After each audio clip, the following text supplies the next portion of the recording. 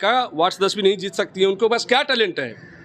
अगर मैं उन वीडियो आप भेजिएगा उनको से हिंदी इंग्लिश में लिख करके अपने बारे में हमको बता दे, हम संन्यास ले लेंगे चुनाव। हुक्मरान, ये निकम्मी सरकार, ये गांजा का सरकार, ये उगाही मंत्री सब गरीब का कोई नहीं सुनने वाला है। हार हूँ मैं ही नीतीश कुमार हूँ। उन्होंने जो लिख करके पढ़ा है वो पढ़ भी नहीं पा रही हैं ठीक से। हमारा बलिष्ठ की कमी है, नौवीं फेल है, इसलिए उनके पास ज्ञान की कमी है। ये जो हम लोग नहीं कर पाए वो आप ही कर सकते हैं। विपक्ष के नेता हमको बोल रहा है, भाई क्या बात कर रहे हैं आप।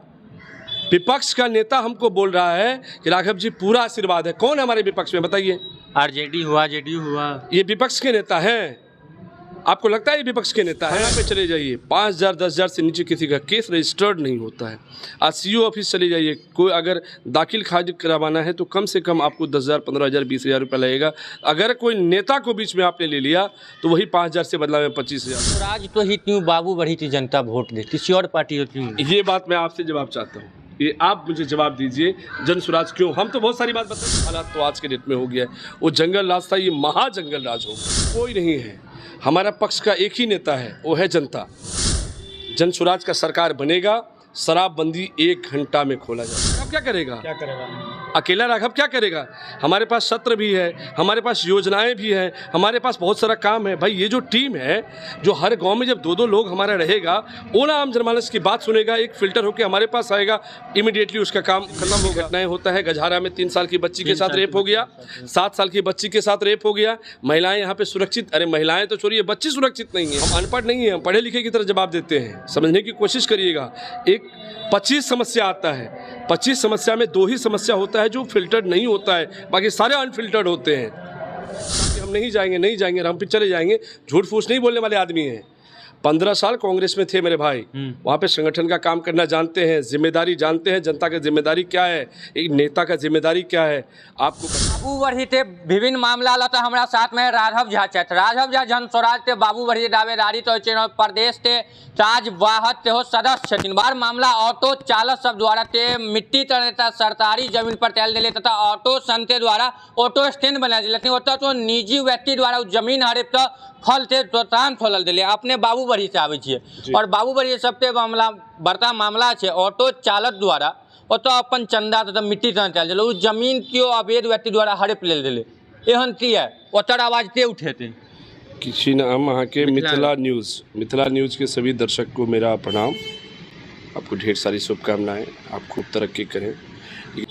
कि वो जो जगह है वो सरकारी जगह है। सबसे पहली बात, हमारा सरकार द्वारा उन ऑटो वालों को कोई जगह निर्धारित नहीं किया गया है कि आप यहीं पे पार्किंग है, वो पार्किंग में अपना गाड़ी लगाएं। लेकिन वो लोग गरीब लोग हैं, उन लोगों ने चंदा दे करके, चंदा आपस में ले करके मिट्टीकरण करवाया। अब मिट्टीकरण करवाने के बाद वहाँ पे ऑटो लगाते थे। लेकिन सत्ता की एक महिला जो सत्ता पक्ष में है, जो आदरणीय विधायिका के खास में से हैं, उन्होंने एक फल का दुकान वहाँ पे रातों रात स्टैंड करने की कोशिश किया है। और वहाँ से अब जो है, वहाँ से ऑटो जो है निकल चुका है, ऑटो वहाँ पे नहीं लगाने दिया जा रहा है। अब पुलिस भी तो सत्ता का ही सुनेगा, आम जनमानस को सुनता नहीं है। उससे पहले इन्हीं ऑटो वालों के साथ में पुलिस लोग बड़ा ही गलत व्यवहार करते थे। वो भी वीडियो मैंने सोशल मीडिया पर डाला था। फिर मैं जाकर के थाना को घेरा, सब लोगों के साथ में घेराव किया, धरना पे बैठा। अंततः थाना प्रभारी आदरणीय चंद्रमणि भाई बात माने, उन्होंने सब चीज़ पे खेद व्यक्त किया। 600 रुपया पहले वो लोग देते थे। बाबू बढ़ी से कैदी को लेके जब जाते थे तो 600 रुपया मधुबनी तक का देते थे, जिनमें उनका पूरा दिन खराब हो जाता था। लेकिन जब हम सब लोगों ने अपनी आवाज़ को बुलंद किया तो अभी उन ऑटो वालों को 1200 रुपया दिया जाता है। 900 रुपया तो दिया ही जाता है, लेकिन ओवर टाइम जब लगता है 2-3-4 घंटा जब एक्स्ट्रा होता है तो 1200 रुपया मिलता है। तो वो लोग दे आर वेरी हैप्पी, बहुत खुश हैं। 1200 रुपये में उनका काम हो जाता है। लेकिन जहाँ पे ऑटो लगाते थे, अब सत्ता की एक महिला है जिन्होंने अब ऑटो लगाना नहीं, वहाँ पे अब नहीं लगाते हैं। वो लोग बहुत चिंता में हैं, हमको 2-3 बार बोले हैं, हम भी कोशिश में है कि वहाँ पे लगाने दें। लेकिन सत्ता के हनक के सामने में हमारी जैसे साधारण व्यक्ति क्या ही कर पाएगा। लेकिन आम जनमानस की आवाज़ को आप भी, हमारे लोकतंत्र का चौथा स्तंभ है, हम आपसे भी ये गुजारिश करेंगे कि जो आम जनमानस की बात है, जो गरीब गुरबा शोषित वंचित का जो आवाज़ है, उस आवाज़ को बुलंद करिए। हमें पता है आज न कल ये सत्ता भी परिवर्तन होगा, आम जनमानस का आवाज़ भी सुना जाएगा। लेकिन अंततः उन सब लोगों को मैंने समझाया है। लेकिन हो सकता है आज या कल को छोड़ के परसों हम जा कर के घेराव करेंगे और हम अपनी बात को मनवाएंगे, क्योंकि हमारे पास हमारे पास लोकतंत्र में सिर्फ एक ही हमारे पास पूंजी है, जो हमारे आदरणीय महात्मा गांधी जी ने हमें जो पूंजी दिया है, जो हमारे वी.आर. अम्बेडकर जो हमारे पास एक फंडामेंटल राइट दिया है, जो संविधान ने हमें एक अधिकार दिया है कि अपनी आवाज़ को, अहिंसा को धारण करते हुए शांतिपूर्ण तरीक़ा से बैठना है और अपनी आवाज़ को रखना है। जो सरकार निर्णय लेगा उस निर्णय के साथ जाएंगे, लेकिन अपनी आवाज़ को तो ज़रूर बुलंद करेंगे मेरे भाई।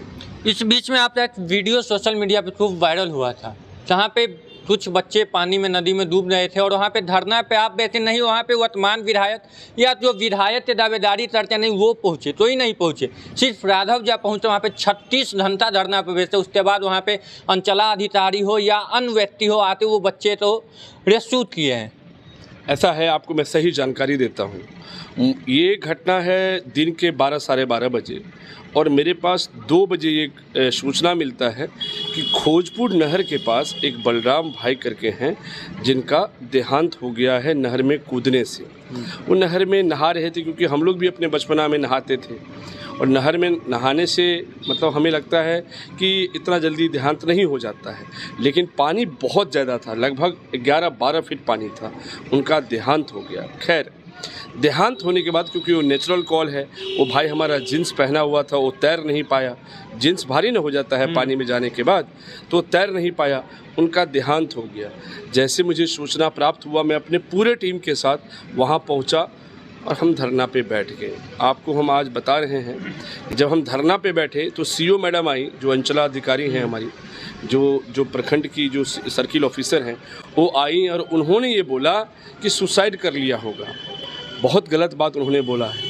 हमने उनसे बार बार रिक्वेस्ट किया कि मैडम हमको लाश खोज के दे दीजिए, लाश खोज के, क्योंकि देखिए भाई हमारे पास एनडीआरएफ तो है नहीं, हमारे पास एसडीआरएफ तो है नहीं, हमारे पास गोताखोर तो है नहीं, हमारे पास जिला प्रशासन तो है नहीं। लेकिन बाबूबरी थाना का एक आर.के. सिंह करके एक अधिकारी हैं, जिन्होंने अंततः हमारे साथ खड़ा रहा और उन्होंने सब अधिकारी से बात किया।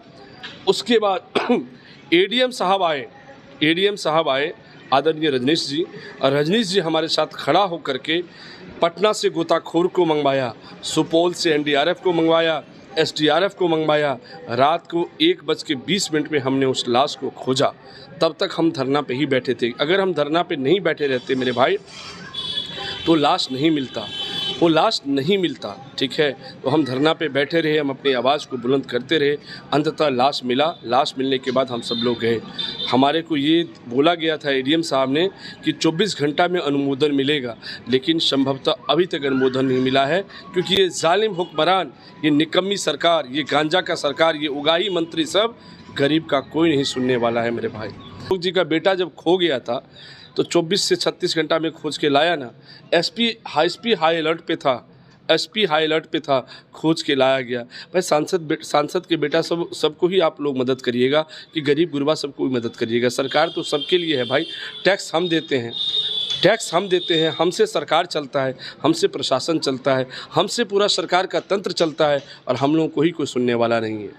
हम बात करें तो बाबूबरी में इस बीच में आप भी घूम रहे हैं, पूरा क्षेत्र घूम रहे हैं, 42 पंचायत घूमे होंगे लगभग, और 42 पंचायत में सड़क की हालत लगभग जर्जर है। ऐसा क्यों? नहीं, आप जो वर्ड जोड़े हैं लगभग, ये लगभग नहीं है, ये पूरा का पूरा जर्जर है। पूरा सर्रा से लेकर के आप जोगिया तक चले जाइए, आपको जो ग्रामीण हालात, जो ग्रामीण का जो सड़क है, गांव को जो जोड़ता है, उस सड़क का हालात बेहद निंदनीय है, बेहद चिंतनीय है, पूरा जर्जर है भाई। 3-3 फीट, 2-2 फीट, 2.5 फीट तक पानी लगा हुआ है। हम लोग जाते हैं शाम को, महिलाएं सब अपना साड़ी उठा के चलता है, हमें कष्ट होता है भाई, हमें तकलीफ़ होता है। 1977 के बाद 1977 में बाबूबरी विधानसभा का जन्म हुआ।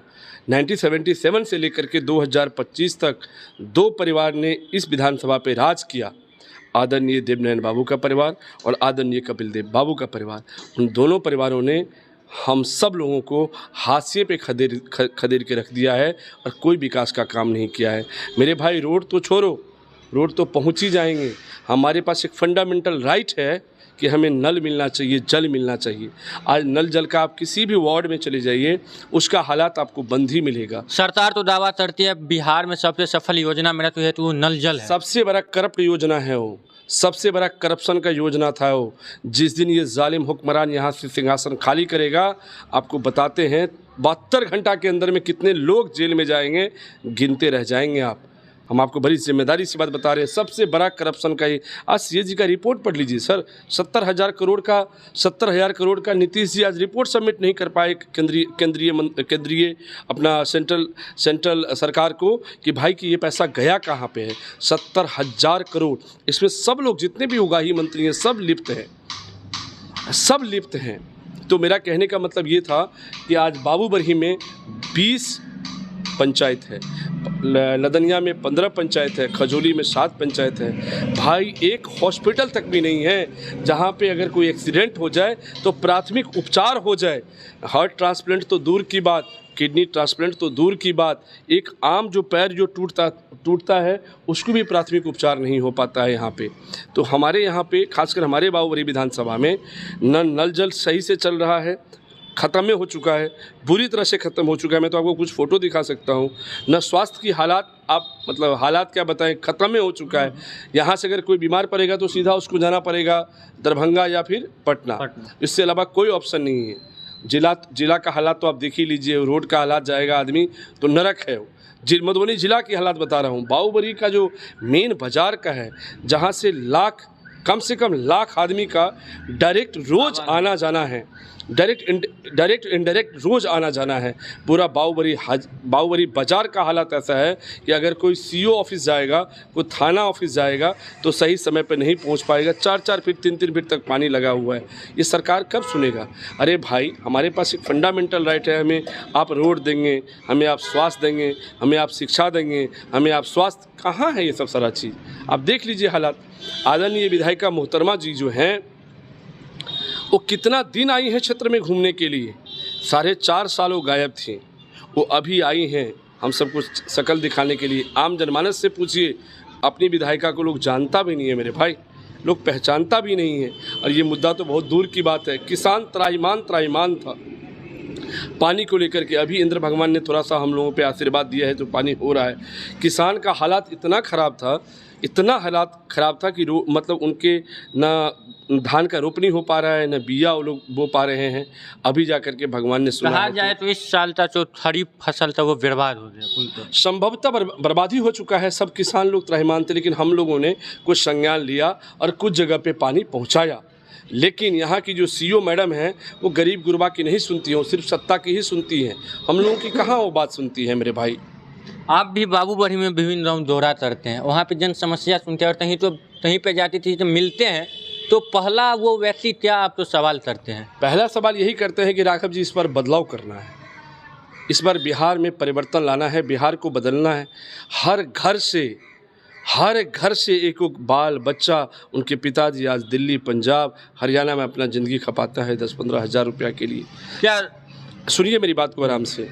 आज थाना पे चले जाइए, 5,000 10,000 से नीचे किसी का केस रजिस्टर्ड नहीं होता है। आज सीईओ ऑफिस चले जाइए, कोई अगर दाखिल खारिज करवाना है तो कम से कम आपको 10,000 15,000 20,000 रुपये लगेगा। अगर कोई नेता को बीच में आपने ले लिया तो वही 5,000 से बदला में 25,000 हो जाएगा। तो ये हालात है यहाँ का। नरक बना के रखे हुए हैं लोगों ने, कोई किसी का सुनने वाला नहीं है। आम जनमानस की सिर्फ एक ही आवाज़ है कि इस बार बदलाव करना है, कोई ऑप्शन नहीं है। अगर इस साल बदलाव हुआ, इस बार 2025 में, और राघव झा बाबूबरही के विधायक बने, तो राघव झा का पहला काम क्या होगा क्षेत्र के लिए? सबसे पहला काम होगा बलिराजगढ़ में किसी भी कीमत पे इंडस्ट्री एक्सेप्ट कराना। सबसे पहला काम होगा मेरा। ये घर, नल, नाली, ये सब मुखिया का काम है, वो करता रहेगा।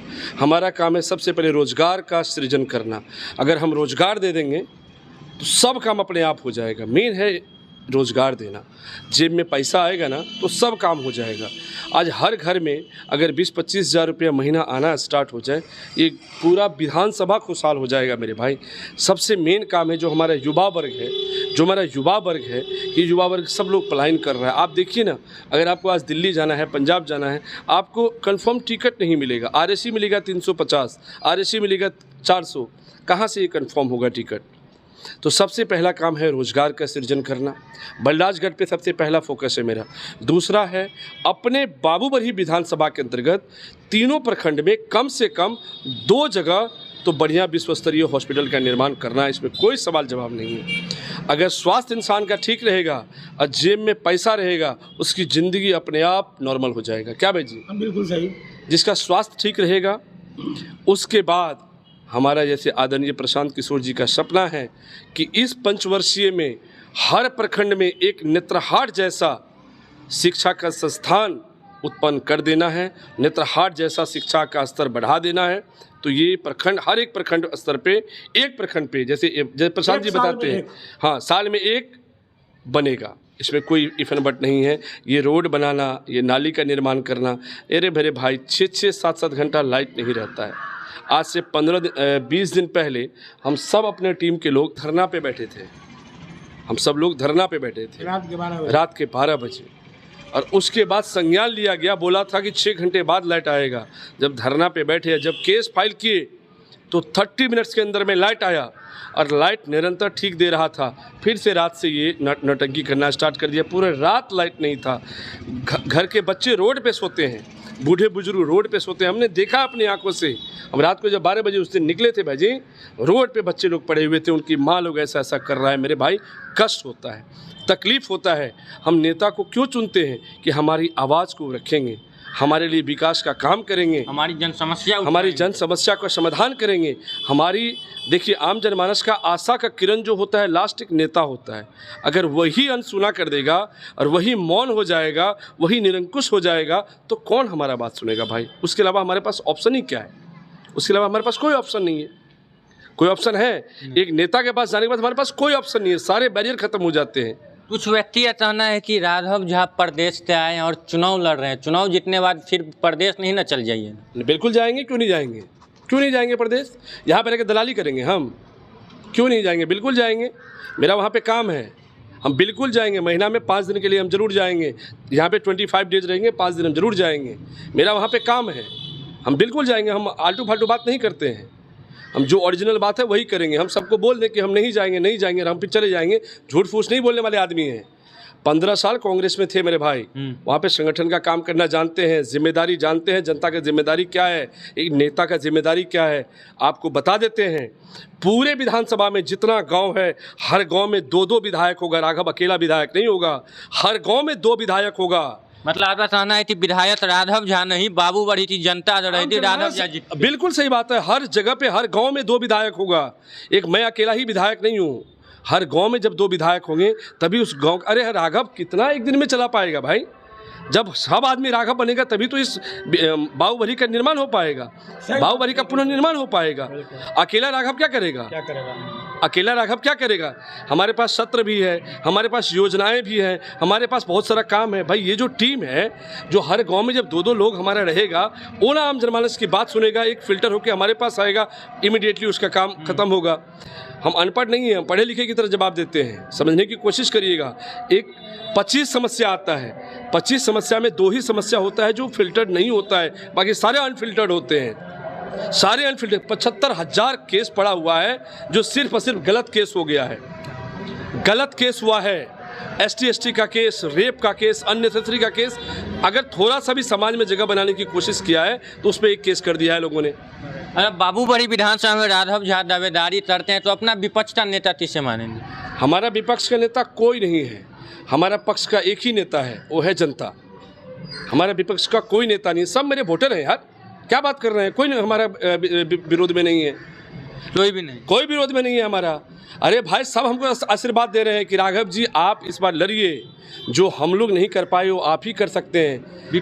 विपक्ष के नेता हमको बोल रहा है भाई, क्या बात कर रहे हैं आप? विपक्ष का नेता हमको बोल रहा है कि राघव जी पूरा आशीर्वाद है। कौन है हमारे विपक्ष में बताइए? RJD हुआ, JDU हुआ, ये विपक्ष के नेता हैं? आपको लगता है ये विपक्ष के नेता हैं? ये अनुकंपा नेता है। क्या बात कर रहे हैं आप? ये अनुकंपा का नेता है। अगर आदरणीय विधायक अपने टैलेंट पे वार्ड सदस्य नहीं बन पाएंगे, हो पूरा दावा कर फिर वो विधायक कैसी बने? अरे भाई, आदरणीय कपिल देव बाबू के आशीर्वाद से, आदरणीय जनता के आशीर्वाद से। कपिल देव बाबू का अच्छा कर्म था, कुछ उन्होंने अपने जीवन में अच्छा काम किया था, उसके अनुकंपा से वो जाके विधायक बने हैं। नहीं तो आदरणीय विधायिका वार्ड 10 भी नहीं जीत सकती है। उनको बस क्या टैलेंट है, अगर मैं उन वीडियो आप भेजिएगा उनको, अगर वो अपने से हिंदी इंग्लिश में लिख करके अपने बारे में हमको बता दे, हम संन्यास ले लेंगे चुनाव से। इंग्लिश में अपने बारे में हम, आप विधायक जी तो दावा कर रहे हैं। अरे दावा क्या करेंगे भाई, क्या बात कर रहे हो। आपने सुना था जो सत्र चल रहा था, इससे पहले वाला सत्र में, मैं बिहार हूँ, मैं ही नीतीश कुमार हूँ, उन्होंने जो लिख करके पढ़ा है वो पढ़ भी नहीं पा रही हैं ठीक से। हमारा बलिराजगढ़ हमारे मिथिलांचल नहीं, हमारा बिहार का धरोहर है, उसके बारे में वो पत्र पढ़ के बोल रही हैं। अरे भाई, आपके पास वो ऐसा हनक होना चाहिए, आपके पास ऐसा पॉलिटिकल एक्शंस होना चाहिए कि जब आप बोलें तो नीतीश कुमार का चेयर थरथराने लगे। बलिराजगढ़ के बारे में आप ऐसा बोल रहे हैं, इसका मतलब है आपके पास शिक्षा की कमी है, इसके पास आप मिथिलांचल को नहीं जानती हैं, आप जाति का हफीम खिलाती हैं और उससे चुनाव जीत रही हैं। इस बार नस्तो नाबूद कर देंगे भाई। इस बार जातिवाद नहीं चलेगा। नहीं चलेगा, बिल्कुल नहीं चलेगा, जातिवाद कभी नहीं चलना चाहिए। एक सवाल है, जाते जाते अंतिम सवाल रहेगा मेरा, इस बार जन स्वराज तो ही क्यों बाबू बढ़ी थी जनता वोट दे, किसी और पार्टी को क्यों? ये बात मैं आपसे जवाब चाहता हूँ, ये आप मुझे जवाब दीजिए, जन स्वराज क्यों? हम तो बहुत सारी बात बताइए करेंगे, आप बताइए जन स्वराज को क्यों वोट दें? नहीं, हम क्षेत्र में जाते हैं और लोग सुनते हैं तो लोग ये भी कहना चाहिए जन स्वराज बीजेपी की बी टीम है, और कुछ बात ये कहना चाहिए जन स्वराज तो इसमें मोहतादी हुई युवा की बात कर रहे हैं, रोजगार की बात कर रहे हैं, बिहार में पलायन रोकने की बात कर रहे हैं, इसलिए दे। लेकिन आप उनके नेता है तो आपसे हम सुनना चाहते हैं। ठीक है, ओके, बताते हैं आपको। जितने भी बिहार में विरोधी पार्टी हैं, सब लोग हमारा ही मुद्दा चुराए हैं।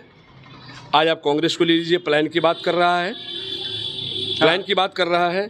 आज तेजस्वी 2500 रुपया देने की बात कर रहा है, जो धरातल पे निष्क्रिय माई बहन योजना, वो नहीं कर पाएगा। वो कैलकुलेशन बिठा ले एक बार, वो कैलकुलेशन एक बार बिठा ले, वो नहीं कर पाएंगे। अरे भाई, 3.25 लाख करोड़ तो हमारा बजट है, और ये बिहार में 7 करोड़ महिलाएं रहती हैं।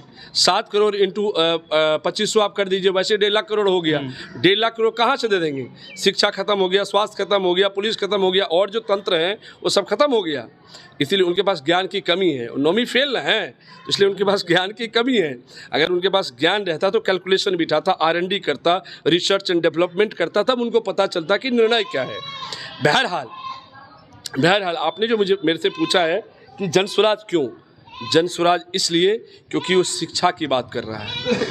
एक लेनिन, एक बहुत बड़े यूनानी दार्शनिक थे, उन्होंने ये बोला था कि अगर व्यक्तित्व का विकास करना है तो फोकस ऑन एजुकेशंस, एजुकेशन पे फोकस करना है। आप सुनते होंगे प्रशांत जी हमेशा एजुकेशन की बात करते हैं।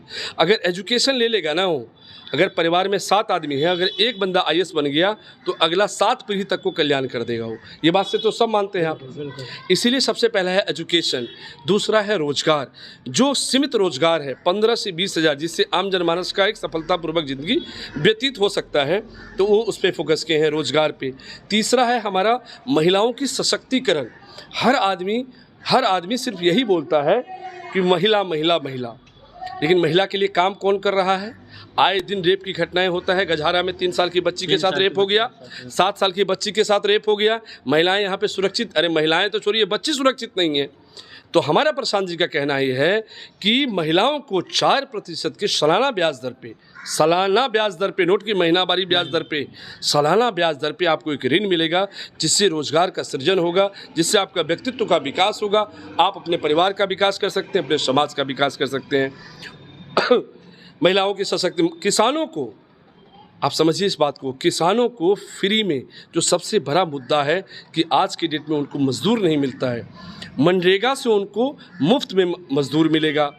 किसान का सबसे बड़ा समस्या है आज करने मजदूर, बाकी सब कुछ मिल जाता है, मजदूर नहीं मिलता है, तो उनको मुफ्त में जो है मजदूर मिलेगा मनरेगा के थ्रू।